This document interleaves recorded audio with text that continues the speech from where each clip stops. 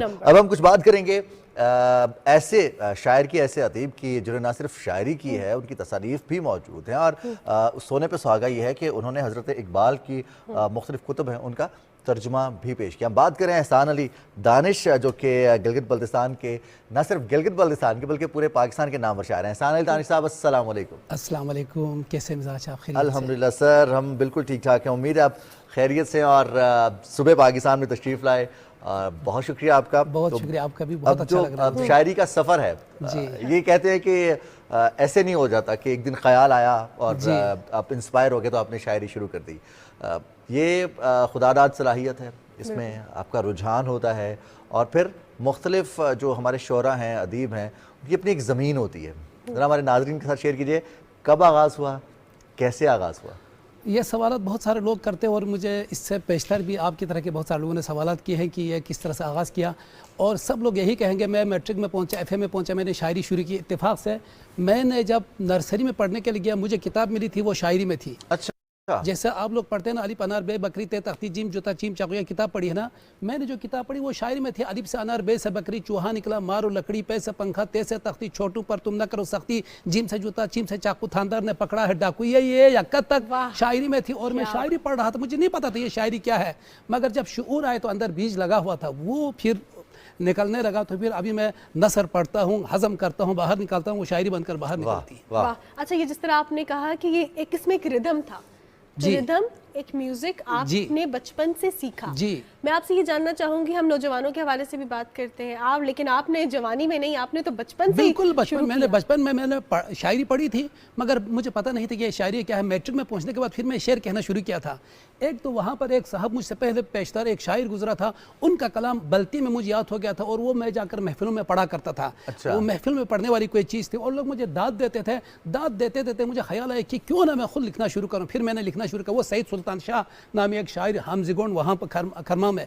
फिर मैं बाद में शायरी करते करते लोगों ने कहा, पहली बार मैं मुशायरे में गया, मेरे उस्ताद हैं अल्लाह गरीक रहमत करे, गुलाम हसन हसनी साहब और हशमत कमाल इलामी साहब, उन्होंने मुझे उंगली पकड़ के मुशायरे में बिठाया। मैंने पढ़ना शुरू किया, लोग नीचे बैठे हुए थे और हाल भरे लोग दाद दे रहे थे। मैंने समझा अंदर कुछ है, अब इसको पॉलिश करनी चाहिए। और पॉलिश करते करते आज ये सारी किताबें मेरी है। बाज़ किताबें यहाँ नहीं, मैंने 13-14 किताबें लिखी है गिलगित बल्तिस्तान की नुमाइंदगी करते हुए पाकिस्तान भर में। पहली दफ़ा किस उम्र में लिखा? ये पहली दफ़ा तो मैं मैट्रिक में पहुंचा था। मैंने शेर दो तीन गज़लें लिखी थी, मगर कहीं सुनाई नहीं थी। आज सुना दीजिए। पहला शेर याद है अपना? जी, पहला शेर है शायद, अव्वल अव्वल बस खुदा का नाम होना चाहिए, नाम हक जब ले लिया तो काम होना चाहिए। कुछ इस तरह से। वाह, क्या बात है। नाम हक जब ले लिया तो काम होना चाहिए। ये इस तरह की गज़ल थी। और उसके बाद मैंने ये अल्लामा इकबाल, यहाँ अकादमी अदबियात पाकिस्तान है, उन्होंने कहा इकबाल को मंजूम कर सकते हैं, सारी ज़बानों में कर रहे थे, पाकिस्तान की बड़ी ज़बानों में। मैं बल्ती ज़बान का नुमाइंदा हूँ। उन्होंने कहा कि आप करेंगे? मैंने कहा मैं कर सकता हूँ। मैंने ये बल्ती ज़बान में किया। फिर क्या हो गया, ये तो मामूली है, मुख्तसर है। इसको करने के बाद मैं जब भी कुल्लियात इकबाल को खोल के पढ़ता था तो ये उर्दू मेरे दिमाग में बल्ती बनती जाती थी। अच्छा। फिर मैंने बल्ती को बनाते बनाते, हमारे यूसुफ हुसैन आबादी साहब बड़े स्कॉलर है, हसरत साहब बड़े स्कॉलर है, उन्होंने कहा दानिश नहीं रुकना है, फुल स्टॉप नहीं लगाना, करते जाना है। फिर ये सारी किताब, ये 400 पेजेस है, ये इकबाल की बड़ी नज़में है, इसमें ये सब को मैंने बल्ती में मंजूम कर दिया है। मंजूम नसर में तशरीह करना बहुत मुश्किल काम है इकबाल का, मंजूम करना और बल्ती में इंतहाई रवानी के साथ। हमारे स्कॉलर से आप पूछें तो वो बोलेंगे दानिश ने जो काम किया है वो शानदार किया है। ये मेरी इब्तदाई शायरी है जो 90s में, बल्कि 2000 के आसपास में ये छपी थी शिकस्ता नाव के नाम से।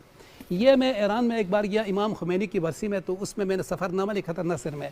ये ताज़ा तरीन मेरा नावल आया है। ये हमारे जो पास्चर है वहाँ पर वो जो दूध वाली गाय बाएँ रखते हैं और दूध को नाप तोल करके बारी बारी में जाना होता है, तो उसको यानी अहाता करते हुए ये मैंने नावल लिखा है। अपने घर की गाय को इसका मैं हीरो या हीरोइन बनाकर। ये नाम क्या है इसका? नाम फड़ा जी, फड़ा उर्दू में है। अच्छा, नावल उर्दू में है। नाम जो टाइटल है इस किताब का, टाइटल बगैर सींग की गाय। अच्छा, फड़ा गाय बगैर सींग को कहते हैं, गंजे को कहते हैं। ठीक है। इसी तरह ये बल्ती लोक कहानियां मैंने जमा की है। ये भी अकादमी अदबियात के कहने पर जमा की है, बल्ती लोक कहानियां।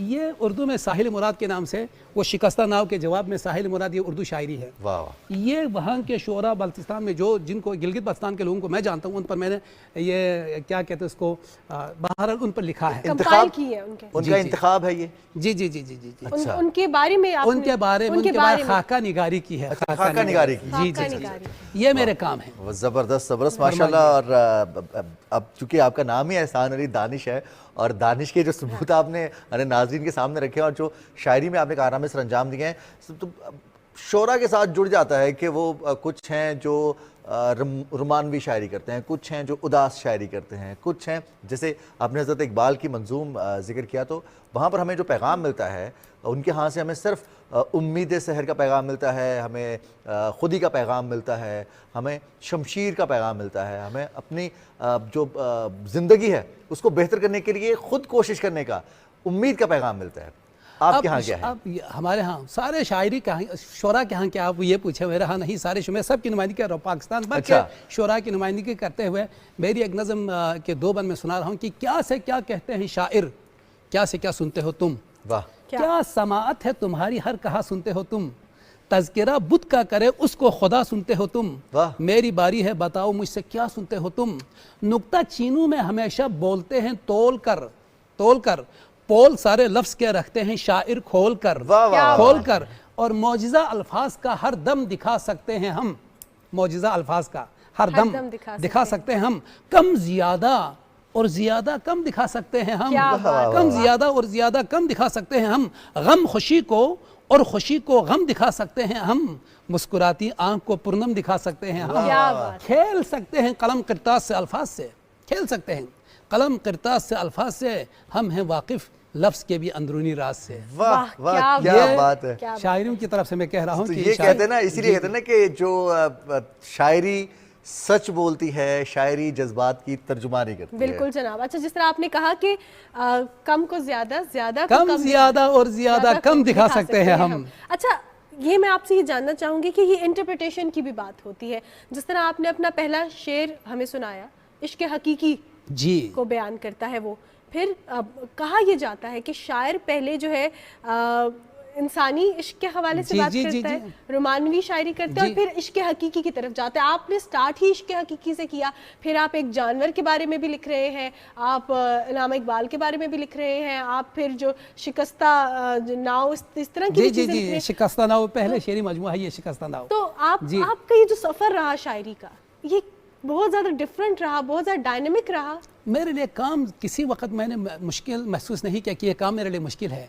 इकबाल को करने का मौका मिला, अकादमी ने कहा ये बहुत मुश्किल काम है, इकबाल को वैसे पढ़ना मुश्किल काम है, इसका मंजूम करना। मैंने कहा करूँगा, चूँकि इससे पहले अभी यहाँ किताब मौजूद नहीं, ज़बूर मुक़द्दस को भी मैंने मंजूम किया था। किसी अंग्रेज़ खातून के कहने पर, वो बल्तिस्तान में रही थी, उसने बल्ती ज़बान को सीख कर चाट कर, बल्कि हमसे बेहतर वो बल्ती बोल सकती थी, बरतानिया की। वो बरतानिया में इस वक्त मौजूद है, हयात से, अल्लाह उनको हयात से रखे। तो उन्होंने कहा कि ज़बूर को मैं मंजूम करना चाहती हूँ, क्या आप कर सकेंगे? मैंने कहा मैं कर सकता हूँ। मैंने किया, वो करने के बाद मेरे दिमाग में उर्दू से बल्ती बनाने का जो काम हो गया ना, वो आसान सा हो गया।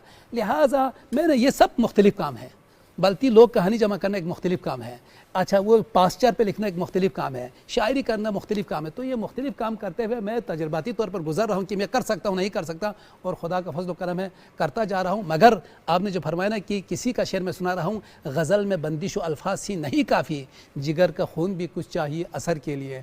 तो वो जब तक न डाले ना, वो पुरअसर शायरी नहीं हो सकती है। कोशिश करता हूँ, और ये मुझे मौक़े मिलते हैं, रास्ता चलते हुए लोगों से मिलते हुए, आपसे मिला, कहीं से मिला, तो उधर से मुझे अल्फाज मिलते हैं, उधर से मुझे ख़यालात मिलते हैं, उधर से मुझे और बहुत सारी चीज़ें मिलती हैं। एहसान अली दानिश साहब, जब लोग गिलगित बल्तिस्तान जाते हैं, जहाँ से आपका ताल्लुक़ है, और वो तो ऐसा नज़ारा है कि ज़मीन पर जन्नत का नज़ारा, बहुत सारे लोग सयाहत के लिए, आप दोनों कभी आए हैं? आप दोनों कभी आए हैं? मैं बचपन में गई थी। बचपन में? देखो, आप अभी आना चाहिए आपको, आप बचपन में। मैं आपको गिलगित बल्तिस्तान अभी दिखाता हूँ। दिखाइए ना, यही तो हम जानना चाहते हैं। आप बेसिकली हम जानना चाहते हैं आपकी शायरी के जरिए, क्योंकि आपने पास्टर के हवाले से बात की। जब आप शायरी के हवाले से बात करते हैं तो आप अपने इर्द गिर्द की जो चीज़ें होती हैं, जो नज़ारे होते हैं, उनको अल्फाज का रूप देते हैं। इससे सियाहत को भी फ़रोग़ मिलता है, इससे लोग भी खिंच के आते हैं। देखो, इस सदी में गुंजान शहर में खूबसूरत कोई बच्चा हो गया आपकी तरह, खूबसूरत कोई बच्चा हो गया।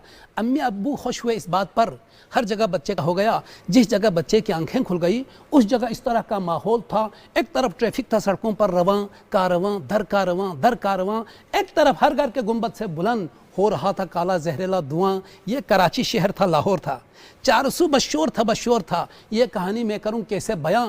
हो गया उस शहर में बच्चा जवां। उसने जब देखा कि सारे शहर को, चिमनियों से उठने वाले जहर को, अपने रब से यूं मुखातब हो गया, देख ये क्या है मेरे रब हो गया। ये उजाला भी तो मेला हो गया, ये हवा भी अब पुरानी हो गई और पानी भी तो गदला हो गया। इस तरह हैरान होकर सोचकर अपने बाबा से ये कहा यूं, ए पिदर मेरी फरियादों को पहले तोलना और बाबा मुझसे सच सच बोलना, गौर से सुन ले खुदा मेरी बात। जब बनी थी इब्तिदा में कायनात, आलम इम्का में कैसी थी ज़मीन, किस तरह रहती थी दुनिया की हयात। बाप ने कुछ देर सोचा, फिर कहा, ए मेरे लख्ते जिगर बोलूं मैं क्या, आ दिखा दूं तुझको एक ऐसा मकाम जिसका लंबा और प्यारा सा है नाम, जिसको कहते हैं शिमाली पाकिस्तान, जिसको कहते हैं चतराल गिलगित बल्तिस्तान। इतने दिलकश हैं वहाँ के मरगजार, दिल रुबा हैं वादियों में आबशार, हैं बहुत झीलें बड़ी ही दिलनशी, खूबसूरत ऐसी दुनिया में नहीं। उन हवाओं में अभी खुशबू भी है, उन पहाड़ों में अभी आहू भी है। मार से और ज़ोर से वाकिफ़ नहीं, चीख से और शोर से वाकिफ़ नहीं, अब तलक ऐसी नहीं है दास्तां, चिमनियों से कोई उठता हो धुआं। मुख्तसर वो बाप बेटे आ गए इस शिमाली पाकिस्तान में। आपके बाप बेटे से ये फिर कहने लगा, देख बेटा ये है वो आबो हवा जो सदा चलने में तो बेबाक है, हाँ मगर ये साफ है और पाक है। जब बनी थी इब्तिदा में कायनात, ए पिसर होती थी ऐसी ही हयात। वाह वाह, इस तरह पूरी कहानी हो गई, तेरे शायर की ज़बानी हो गई। वाह क्या बात है। और ये जो वाजना आपने पेश किया है और इसमें जो हमें हालात हाजरा में और इस वक्त करंटली पूरी दुनिया को एक चैलेंज दरपेश है माहौलियाती आलूदगी का, माहौलियाती तब्दीली का, उसको बड़े शानदार अंदाज से ने एड्रेस किया है। और जो गिलगित बल्तिस्तान की खूबसूरती और वहाँ पर जो अमन है, आप गिलगित बल्तिस्तान कभी तशरीफ लाएं, कभी तशरीफ लाएं दोनों, फिर स्कर्दू पहुँचे। स्कर्दू के बिल्कुल सेंटर में आप अगस्त में यहाँ पर जो तपते दिन होते हैं, इंतहाई गर्म दिन होते हैं, जुलाई में बिल्कुल यादगार चौक पर यूँ खड़े होकर ना ऐसे चारों तरफ का नज़ारा करें, चारों तरफ बुलंद तरीन चोटियाँ और साल भर उन चोटियों पर ग्लेशियर बर्फ़ आप साफ देखेंगे। आप बिल्कुल स्कर्दू से ये सामने सरफरंगा जिसे कहते हैं, वहाँ पर जो कार रैली होती है, डिज़र्ट है, सरद डिज़र्ट है, वो आप यहाँ यानी 15 मिनट की ड्राइव पर शहर के बीच से आप शंगरेला जाएँ, आप जनाब अली फिर नल तर जाएँ, आप हू पर जाएँ, आप हिस पर जाएँ, आप फंडर जाएँ, आप फेरेमेडो जाएँ, आप द्योसाई जाएँ, आप अस्तोर जाएँ, आप हुशे जाएँ, आप सातपारा लेक जाएँ, आप शीला जाएँ, आप हंजोड़ जाएँ, कोई ऐसी जगह जहाँ जाएंगे झूठ के अलावा आप वापस नहीं आएंगे। बिल्कुल, अगर वहाँ की सर्दी कुछ ना करे ना, आप वहीं पर रहने के लिए कहेंगे। एहसान साहब, अगर हम बात करें गिलगित बल्तिस्तान के शौरा की या कश्मीर से ताल्लुक़ रखने वाले जो शायर होते हैं, उनकी शायरी में उनके जो इर्द गिर्द का माहौल होता है, जो खूबसूरती होती है, जो खूबसूरत नज़ारे होते हैं, वो बहुत प्रोमिनेंट होते हैं। इससे बात ये तो जाहिर होती है कि शायर बहुत सेंसिटिव होता है, हर चीज़ को वो महसूस कर रहा होता है। तो आपकी पर्सनैलिटी कैसी थी बचपन से? क्या बहुत सेंसिटिव थे, या जो शायर जब हम किसी चीज़ को महसूस करते हैं तो वो दर्द भी महसूस कर रहे होते हैं? तो क्या ये आसान है शायर होना? मुझसे ज़्यादा आप दर्द महसूस करती होंगे, मगर आप शायरी नहीं कर सकती दर्द महसूस करने के बावजूद। और ये बहुत सारे लोगों का हाल है, मुझसे अच्छे पढ़े लिखे लोग यहाँ इस माशरे में है, मगर वो शायरी कर नहीं सकते हैं या वो आर्टिकल भी नहीं लिख सकते हैं, अगर एहसास बहुत ज़्यादा करते हैं इसके बावजूद भी, इसलिए कि आर्ट भी चाहिए आपके अंदर। वो आर्ट हो, यानी लफ्ज़ों को जोड़ने का सलीका आपको हो। सब देखते हैं, रास्ता चलते हुए सब लोग देखते हैं एक्सीडेंट हो गया है, मगर एक आदमी उसको बेहतरीन अंदाज में कहानी बनाकर पेश करते हैं, दूसरा गुजर जाते हैं। तो ये है आर्ट, अल्लाह ताला ये ऊपर वाले की तरफ से है। यानी शायरी ऐसे ही ना हाथ में आने वाली चीज़ नहीं है, ये अल्लाह ताला जब तक अता ना करे। शायरी खुदा की देन है, ये शायरी भी जान ले एहसान, ये ऐसी चीज़ से बनती नहीं कोई बनाने से, ये बनाने से नहीं बनती है। ये किसी गज़ल का शेर, मुझे अपनी गज़ल का शेर याद आया। तो इसके लिए आर्ट भी चाहिए, इसके लिए एहसास भी चाहिए, ये दोनों कंबाइन होना, कम्बिनेशन इनके हों तो फिर आप शायरी करते जाएंगे। एहसान अली दानिश साहब, इंशाल्लाह बहुत मज़ा आया आपके साथ, चूँकि ये मुख्तसर सी हमारी गुफ्तगू थी, लंबी नशिस्त भी रखेंगे इंशाल्लाह और आपसे आपकी शायरी भी सुनेंगे और शायरी के इर्तिका के हवाले से जो आप काम कर रहे हैं उस पर भी आपसे तबादला ख्याल होगा। बहुत बहुत शुक्रिया, आप तशरीफ मैं भी शुक्रिया अदा करूँगा, मगर आप लोगों ने मुझे सिर्फ छेड़ कर रखा जिसका मुझे बहुत दुख है। जी जी जी, जितना आपके पास टैलेंट है उस पर तो हमें शायद पूरा दिन भी कम पड़ जाए, लेकिन वी आर सो थैंकफुल कि आपने हमारे प्रोग्राम के लिए मुझे बहुत अच्छा लगा। बहुत शुक्रिया, थैंक यू, अस्सलाम वालेकुम। बहुत शुक्रिया जी। आज हम बेसिकली हमने शायर और अदब से रिलेटेड लोगों को बुलाया प्रोग्राम में, हमने एकेडेमिया के लोगों को बुलाया। आप मैं समझा महानूर को शेर सुनाने लगी। आपको लगा कि मेरे पे भी अब असर होगा। वैसे ऐसा होता है, जो चीज़ आप कर रहे होते हैं ना, म्यूजिक सुनते हैं तो आप गुनगुनाने लगते हैं। वो कहते हैं ना शेर पढ़ने लगे गुनगुनाने लगे।